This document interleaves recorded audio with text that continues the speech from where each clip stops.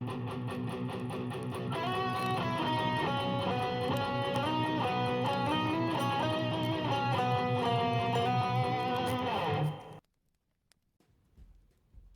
and welcome to 25 Days of Christmas Comics. I am your host, the Dude Without Fear, and this is day 24, Christmas Eve. And you know what that means?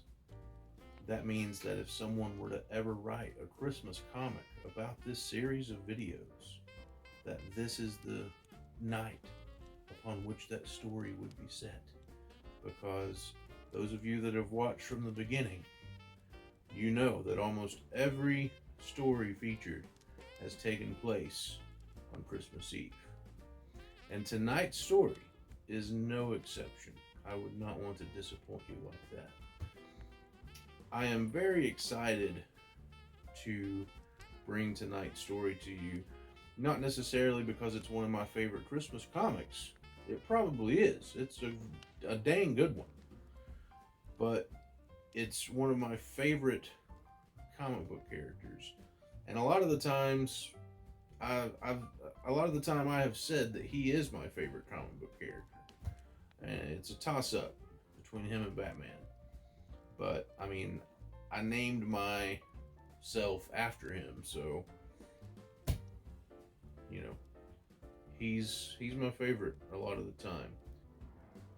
But our story tonight comes from Daredevil number 253, written by Ann Nocenti with art by John Romita Jr., in a story called Merry Christmas, Kingpin.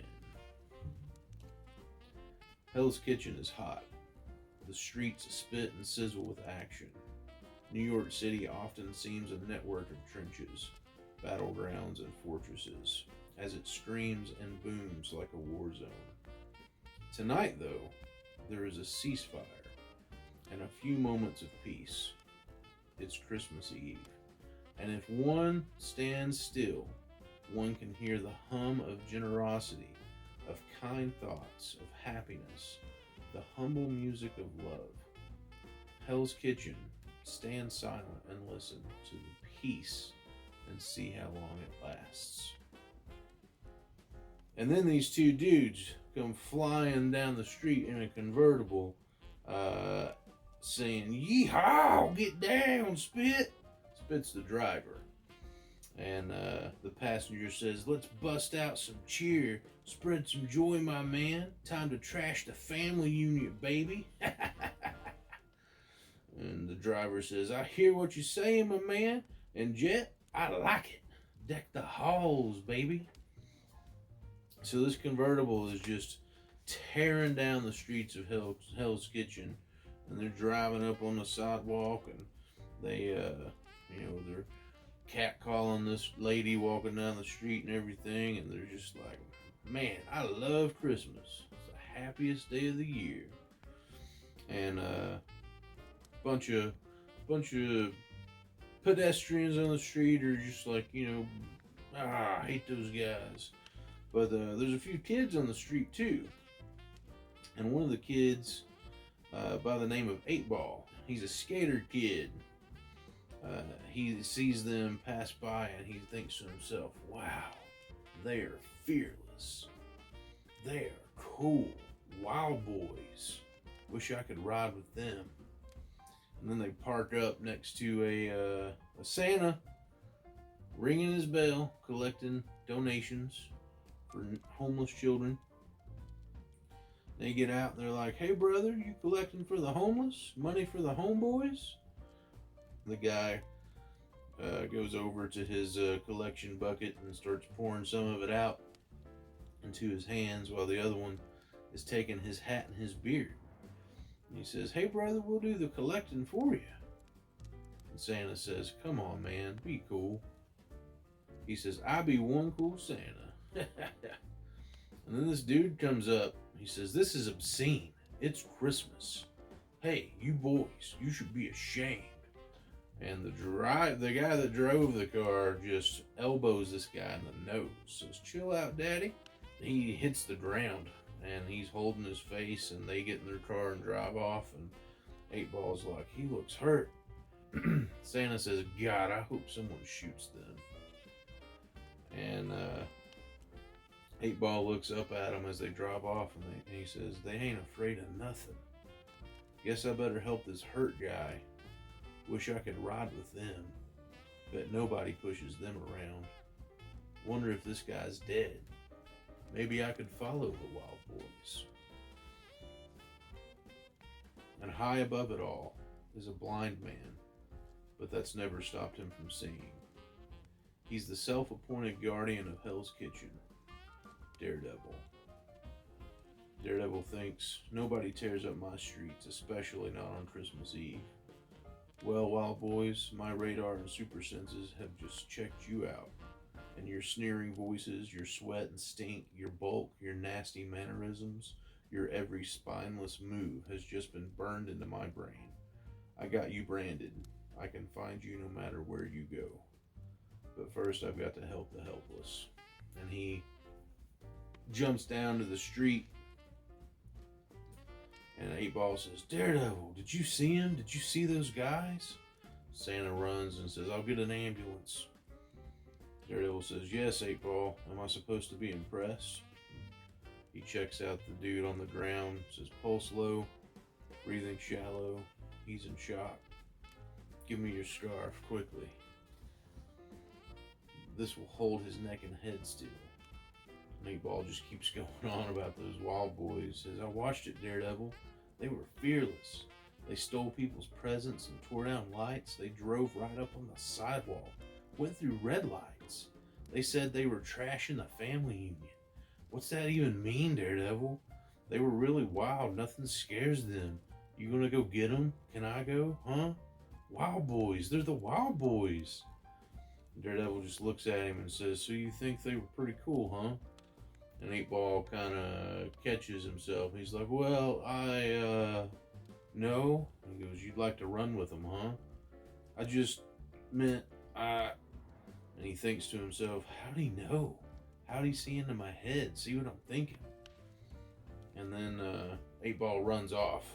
And Daredevil says, be seeing you, 8 Ball. He's like, yeah. Then some other kids run up to 8 Ball. And this girl's like, hey, 8 Ball, what you doing? He says, nothing. One of them's a girl named Darla, and he, smacks her on the head and stuff while he high-fives his other buddy. And she's like, you stink, you fink, but you got the coolest board. She gets on his board. She's wearing a helmet and knee pads. She's dressed like a skater, but she ain't got a board. She says, I'm going to get me one of these and be a thrasher. You bet. Mine got stolen, but I'll get me another. And he kicks his board and knocks her off of it. And he says, hey, get you and your gross out girl cooties off of my wheels. She says, shove you. I'm getting one of my own. He says, yeah, bull. With what? You got no juice. She says, for Christmas, I'm getting it as a present. He says, from who? Your mama, the junkie, or your daddy, the drunk? Yeah, you'll get a present. Maybe they'll throw some coal at your head. None of us ever gets a real Christmas. Trees and presents and all that gunk, that's the stuff of movies. His buddy says, my family's going to have Christmas because I'm going to steal it. And 8 Ball says, yeah, me too. So long, Flatfoot. And him and his buddy ride off on their boards, leaving Darla behind. And she yells at him, you better not steal, 8 Ball. Then we're back at the crime scene. And a police officer is knelt down, attending to the man on the ground. And he tells Daredevil, thanks for the description of those crazies, Daredevil. But it being Christmas Eve and all, most of the force have families. So we're a little short on manpower tonight. Do you think you could? Daredevil says, no problem, officer. Consider them history. The cop says, thanks, we owe you one. And 8 Ball and his buddy go skating by Daredevil, and Daredevil throws 8 Ball a look, and he thinks to himself, that's right, 8 Ball, I'm watching you. And 8 Ball thinks, there's that look again, like he knows what I've been thinking, like he knows when I've been bad. He goes, I don't care. He thinks I'm so bad, I might as well be really bad. So then we see Daredevil on top of a building holding a tree, a Christmas tree, over his shoulder. And he's thinking, funny, that cop just assuming I have no family. Maybe he's right. The abused, the forlorn, the lovelorn, junkies, homeless kids, bums, runaways, rebels, outcasts. Can a man call a collection like that, most of them total strangers, a family? Yup, I sure can. I better change out of this costume and bring home the tree. The hotline may be struggling and in debt, but somehow I'm going to make sure we have the best Christmas in town. And so he walks into his to the hotline headquarters. During this run of Daredevil, during this era, Daredevil, Matt Murdock is providing free legal counsel to people, and Karen Page, a former junkie, is helping with a junkie hotline. People who are just, way bad off on drugs can call and they, can get help.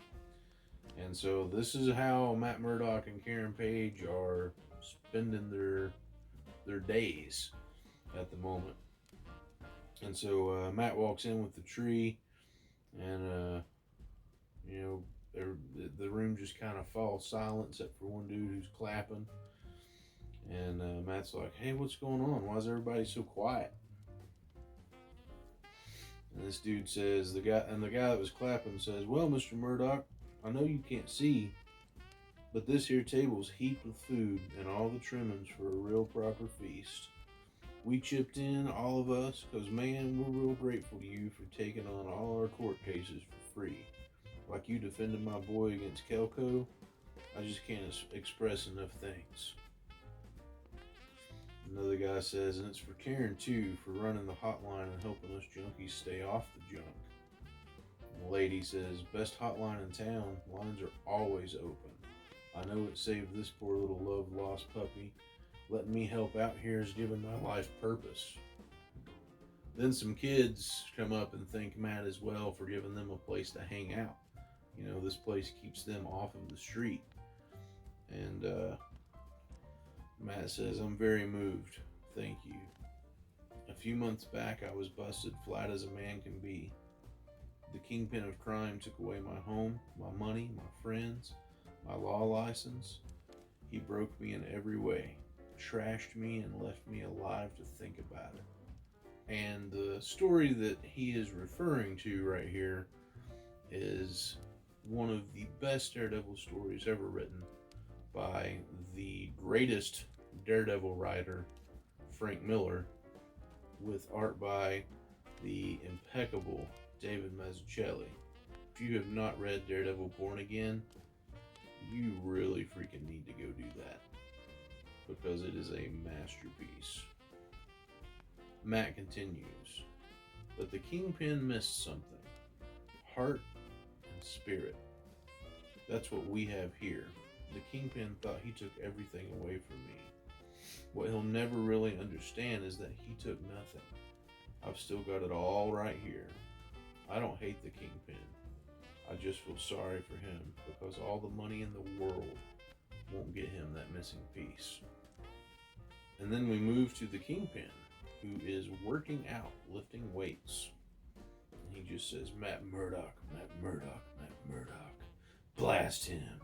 What else has he done? What else?" The Kingpin's assistant says, "Well, besides damaging our drug trade, the Murdock Clinic also done serious damage to our real estate interests. He's rallied the community into putting immense street pressure on that lot owner not to sell out.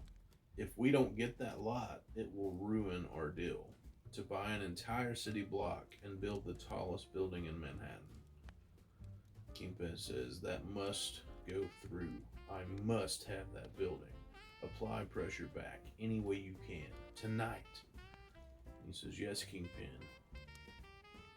To continue, Murdock's won a tenants' right case that ruined a $10 million condo venture for us and his work with the grassroots environmentalists against Kelko is actually making headway.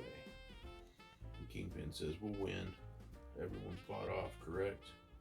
His assistant says, of course, but Kingpin says, that case is designed to show Murdock that there's no such thing as a justice system. We have to win. And a fly comes buzzing in around Kingpin's head as he's lifting weights. Kingpin says, Murdock is beginning to plague me again. It's irritating the way he's slipping in and ruining my businesses. He must be crushed. He says, blast that fly, and he tries to hit the fly with his weights. And his assistant says, sir, I must remind you that, you're violating your own rule. You hired me to handle this kind of stuff while you were able to devote your time to big picture stuff. Says, which that's what you do best, sir. So you already crushed Murdock once. He's probably miserable. Let it rest. And then Kingpin says, blasted fly keeps escaping me. I'll get him. So he picks up the barbell and just swings at the fly and winds up shattering the mirror in the workout room. And the trainer's like, Mr. Kingpin, stop it, sir. And he just hits him with the bar, tells him to shut up. And the assistant says, Kingpin, you can't kill a fly with a barbell. And he's still using it to try to smash the fly, just destroying all this equipment. And Kingpin says, yes, maybe, yes, that's been my problem. Subtlety. There must be some subtle way to destroy Matt Murdock. Perhaps I've gone about it all wrong. Something I've missed, some missing piece. This is what you must do tomorrow. He says, excuse me, sir, but tomorrow is Christmas. Christmas? Yes, sir. Ha! I had no idea. How could I have forgotten? No matter, a useless waste of a business day. His assistant says, I was wondering, sir, could I possibly have the day off? I have a family. And this fly just keeps buzzing around Kingpin's head. Kingpin says, a family? You have a family? Christmas is nothing. No, you cannot have the day off. And see to it you pressure that lot owner tonight and call a meeting of the board for tomorrow. I need that lot. I want the tallest building in Manhattan, one that casts its shadow over everything. Then our story takes us back to the Wild Boys, who are now busting through a window of an electronics store. And Daredevil is perched next to a nativity scene in the church, ready to pounce on them. And they get in their car and they've loaded it up with all this stolen electronics. And the driver says, just like I thought, Spit, never any cops around on holidays. And Spit says, hey, don't I know it? Bombing away on Christmas won a lot of wars. And then they're like, what? As Daredevil lands on the hood of their car, they're like, gun it, knock him off. And they step on the gas and he just jumps to the back of the car. And they're like, oh, Spit, he's killer. It's like, so what? Stick him with everything we got. Then we use his red rag to wax and shine our car. Then Daredevil just disarms them easily. And he says, all out of Christmas toys, children? And they say, shut up, we got fists and teeth. And he grabs them both by the throat at the same time and picks them up out of their seats. And he says, I could kill you, but I also know how to apply just enough pressure to have you slowly fade out with the image of my face burned into your skulls. Merry Christmas, scum. And then later he's got them tied up hanging from a lamppost. And some people are like, hey, those are the two that robbed me. Me too. They're like, thanks, Daredevil. Hey, people, let's hear it for the Red Man. And all these people on the street are just applauding Daredevil. Daredevil looks over at their car and he says someone going through the Wild Boys loot. It's 8-Ball. So he goes over to 8-Ball. He says, 8-Ball, that's stolen goods. I've got to give it back. And 8-Ball is holding a stereo. And 8-Ball says, huh? It's loot. It's nobody's. Give it back. You're nuts. Daredevil says, have you ever heard of bread cast on the waters? And 8-Ball's like, huh? Daredevil says, if you spend your days giving to people whenever you can, some of that goodness may flow back your way just when you need it most. You get what you give. Try it sometime. 8-Ball gets on his board and skates away. He says, you're crazy. Keep your stinking radio and your funny talk. So Daredevil picks up all the stolen equipment and is carrying it back into the store. And he's thinking to himself, he's too young to be so angry at the world. And as he's about to put the stuff into the store, a group of people come up and they're like, hey Daredevil, hold it right there. This guy says, we're the store owners that got robbed. And well, I know I speak for every one of us. We'd like to give you all that merchandise that you're holding. Merry Christmas, Daredevil. And Daredevil smiles and says, thank you. I know just what to do with it. And then we go to 8-Ball, who is spray painting something on his board. And he says, darn, man. I got the greatest skateboard, the thrashing best. And then we see Darla looking in a store window, a skate store, and they got a skateboard sale going on, and she's just eyeballing these boards. And she's like, man, the flips I could do on that baby. I'd leave 8-Ball to my dust. And then 8-Ball hits her on top of the helmet and puts the helmet down over her eyes. And she's like, you pork face, you just puke, you know that? And she's got tears in her eyes, and 8-Ball says, hey, what's with the tears? You've been drooling and crying over them boards? She says, I'm going to get one. I'm going to steal me one. And he says, watch out. You get what you give. You steal, and somebody will probably do the bad right back someday. They have a little serious moment there, and they kind of just look at each other, and you're like, oh man, are they about to kiss? And then 8-Ball pulls her helmet straps and pulls her helmet down over her eyes and runs off and kicks his board into her feet, and she's like, no, stop. And she's laying on the ground next to his board as he's running off, and she says, 8-Ball, why did you do that? Why do you always have to, why do you hate me? Hey, you forgot your board. And he says, no, I didn't. And she's like, huh? And she looks at the board and it says, Xmas to Darla. And she's like, for me? For me, it's for me. And she's hugging the board and just as happy as she's ever been in her life. And then we go back to the Kingpin, who's just sitting alone in his boardroom, just thinking to himself, Murdock, Murdock, Murdock. And then his assistant comes in and says, Mr. Fisk, Kingpin, sir? And he says, where is everyone? And he says, home with their family, sir. It's Christmas Eve. He says, don't mention that word again. It's meaningless.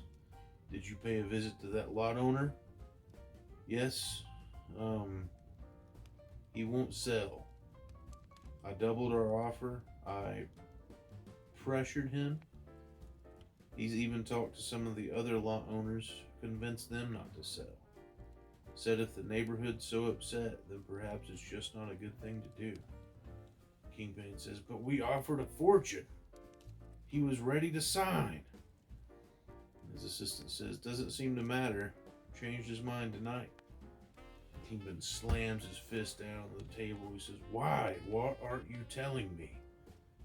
His assistant says, well, The guy couldn't believe we were hassling him tonight of all nights. He was with his family. He had a change of heart. The state does that to people. Kingpin yells, "What day?" And his assistant says, "The day you told me not to mention." And he says, "Get out." And that fly comes back. And he tries again to swat at the fly. And he just starts saying, "Murdock, Murdock, Murdock, Murdock."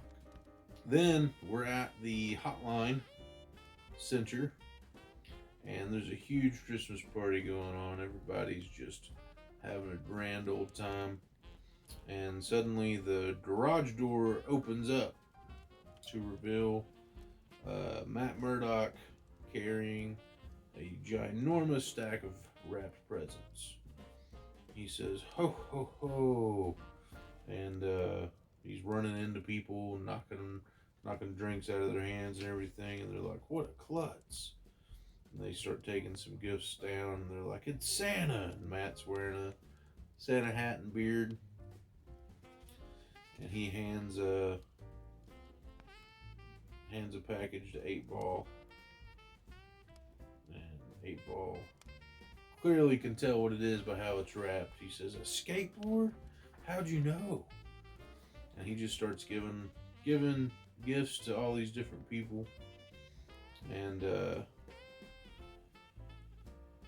they're all very appreciative, even though it's like, not really stuff that they can use or necessarily want. It's the thought that counts. The fact that Murdock, who has already done so much for these people, is now just giving them gifts. And it's just a warm, touching moment. They say, "Hey, it's cold, shut that garage door." Somebody says, "Matt, you one groovy Santa."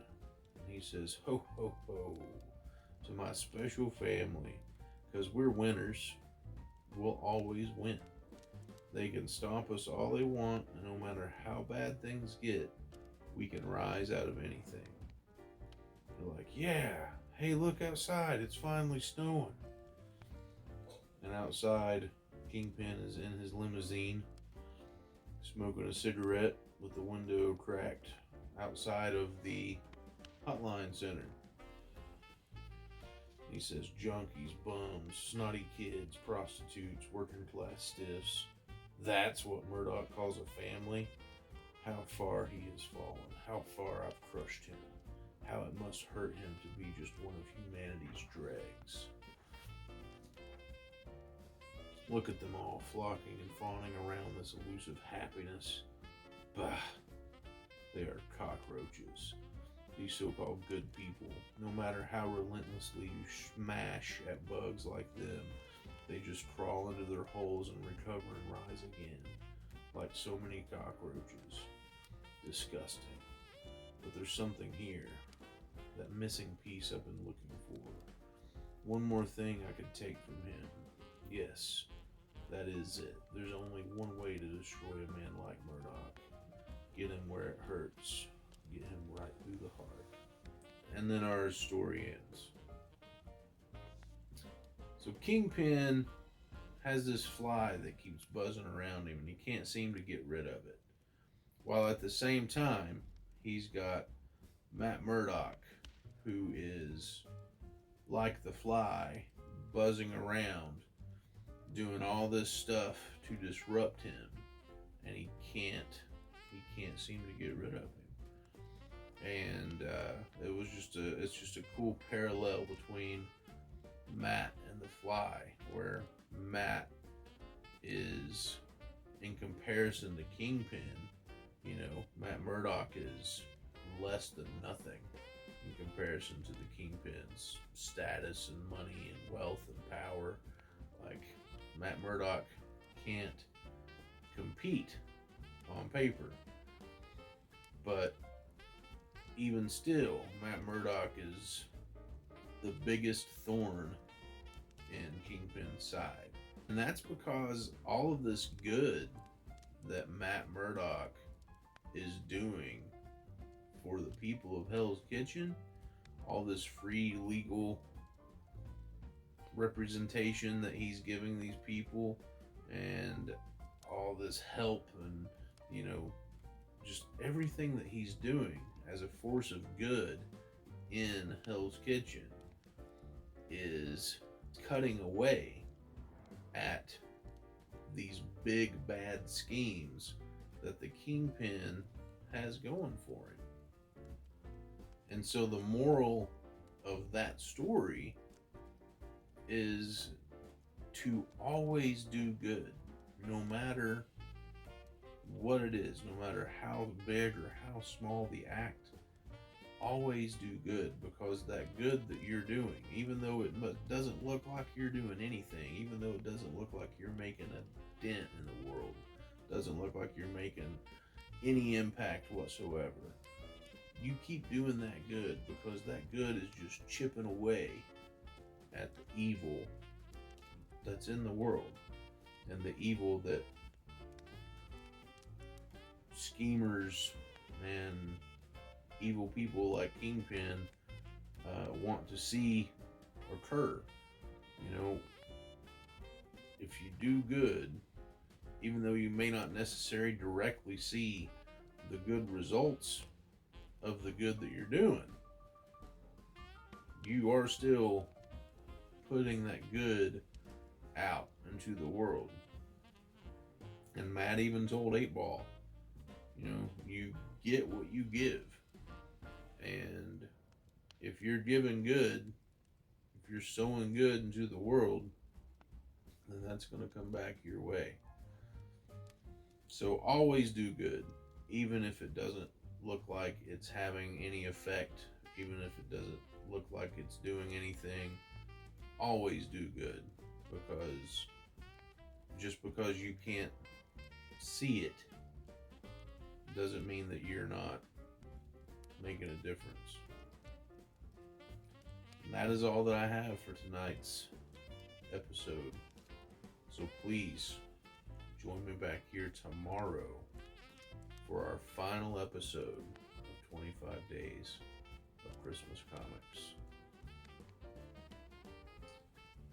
Enjoy your night. I'll see you in the morning.